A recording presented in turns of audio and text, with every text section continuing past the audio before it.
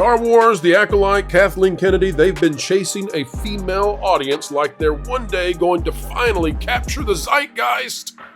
But it's not happening. No, folks, we're here to tell you that The Acolyte is a travesty, that nothing Kathy has touched has worked, and it turns out that the female audience is somewhere else. They're on Netflix. They're watching Bridgerton.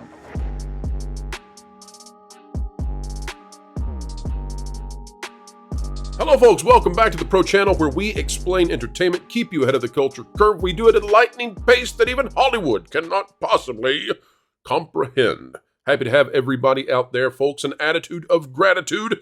Sometimes we're boisterous, but folks, we're here to tell you that you are the bolts that keep this channel going and we appreciate you. However, there are no gigawatts happening at Lucasfilm, nobody tuning into The Acolyte, things are not all right, and the female audience they sought is busy watching Bridgerton. Today we'll tell you why, with expert analysis, the types of which you will not find anywhere else.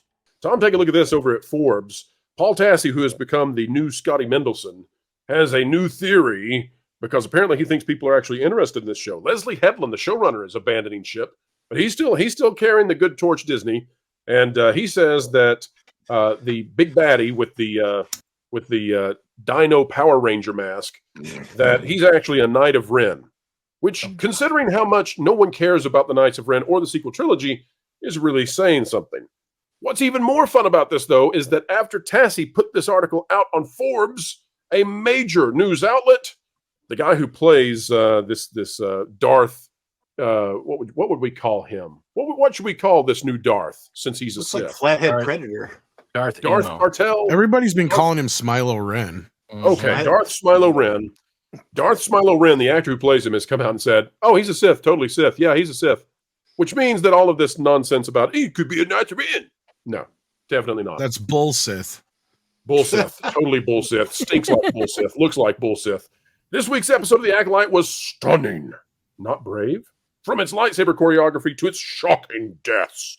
And while the reveal of the Master wasn't exactly a surprise, as he did turn out to be Smilo Ren, Manny Jacinto's performance as a new villain in the universe was incredible.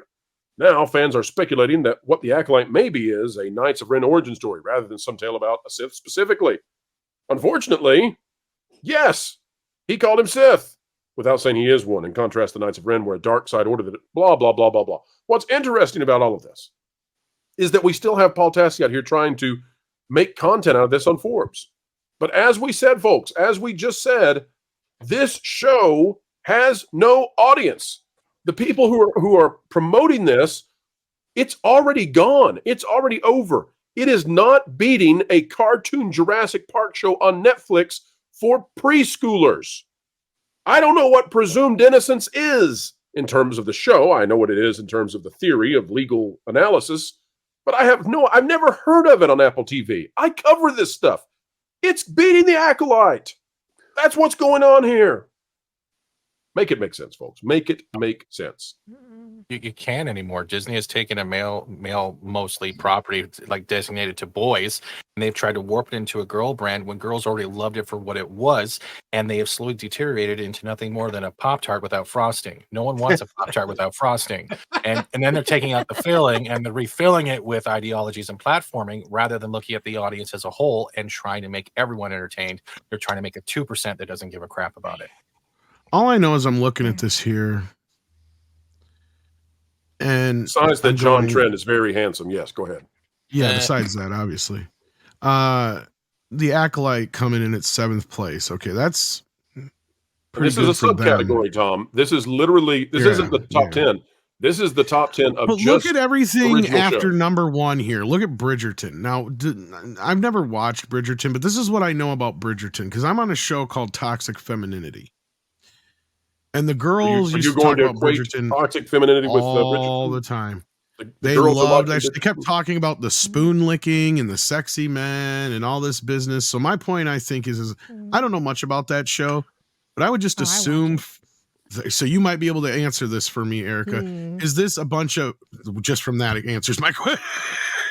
Is this just a bunch of woman pudding, basically? Like, you're going into this show, you're like, I'm ready, honey. Is this just a bunch of sexy men and romance and whatever else that drives women to watch these kind of shows on TV, because that's doing very, very, very, very, very well compared to everything else here. It looks like it has a lot of the whole package that women like. We like the drama, so there's a lot of drama in the storyline with the anonymous gossip columnist of Miss Lady Whistledown, and the relationships and the twists and the stories, and you have the drama with the friends, and then you got the romance and the not really love triangles. There's not a lot of that in the series, but though it's predictable, it hits all the spots. And the cast is good looking, and they're even better looking in costume and makeup, when they're in character. What are you trying to say about Leslie Headland's wife covered in green makeup? Are you saying that nepotism? No, but she's saying all this stuff that I was getting at. You make a show for women with stuff that women like. Yeah. Guess what? Women will watch it. But we, women, we're kind of a both and species. We like attractive women and attractive men, just because I'm a heterosexual, woman, and it doesn't mean I can't look at another woman and think, oh, wow, she's beautiful. She's really pretty. She's attractive to even look at on screen. That doesn't mean that I have a sexual thing for her. That doesn't mean I'm attracted to her in that way, but I can appreciate the beauty in any human being, male or female. And there's just something about the human person that we are attracted to attractive people. Mm-hmm. It doesn't mean we want to get in bed with them, but it works on screen. It's worked for decades. You mean the Greeks and Roman statues don't need love handles? I'm confused by all of this. As long as they're hit by a shovel twice, I'm good. Yeah, I hate to simplify it, but I'll bring it back to Star Wars. I remember a quote from George Lucas for Phantom Menace when he was talking about Phantom Menace, and they were talking about this, that, and the other, and they brought up how Padme has 7 different costume changes in the movie or something like that. And he's like, well, the pod race and all that stuff's for the boys. I figure you got to put something in there for the girls. They're like all the costumes. Yeah, we love costuming. We love makeup. I mean, and we're girls. Let's just, who doesn't play dress up when they're growing up? I did. She's a space princess, for Pete's sake. We had fake fashion shows with my sister. I had tea parties in her closet. I mean, this is just girl stuff, and when you put it on screen, we like it even more. We go out and buy the tea sets. And on the other end, I'm sure you liked Obi-Wan being manly man and all that kind of stuff too. But anyway, yeah. Well, yeah. Let's get Ron's take, and then I've got a question for Erika. Oh no, I was just going to say. I mean, it's very obvious. People like to look at what they aspire to be. If you look at most workout videos, it's the reason they don't have a lot of overweight people in the workout video is because you might be overweight. You don't want to become what you're looking at. If they're overweight, you want to become the ideal. So you're looking at what you want to be and imagining yourself as that. It's the same for any medium. We like when I look at Thor, Captain America, or Batman, Superman. I mean, it's like because I want to be strong like those guys. Wait a minute, Ron. Bridgerton captures a lot of that. In kid, she aspired to be Ursula. Are you telling me there's something bizarre about that? Ron, yeah, there is something bizarre about that. Ron makes a great comment because every day I wake up in the morning going, one day I'll fit in that slave Leia outfit. One day. Don't share the photos when it happens. I bent over and picked picked up up with Bridgerton is the characters are so distinctly different from each other, and they each have really good backstories. So they've done a really good job with character development. I see myself in almost all of them. I'm ADD. I have a million different interests. I can't just stick to one thing.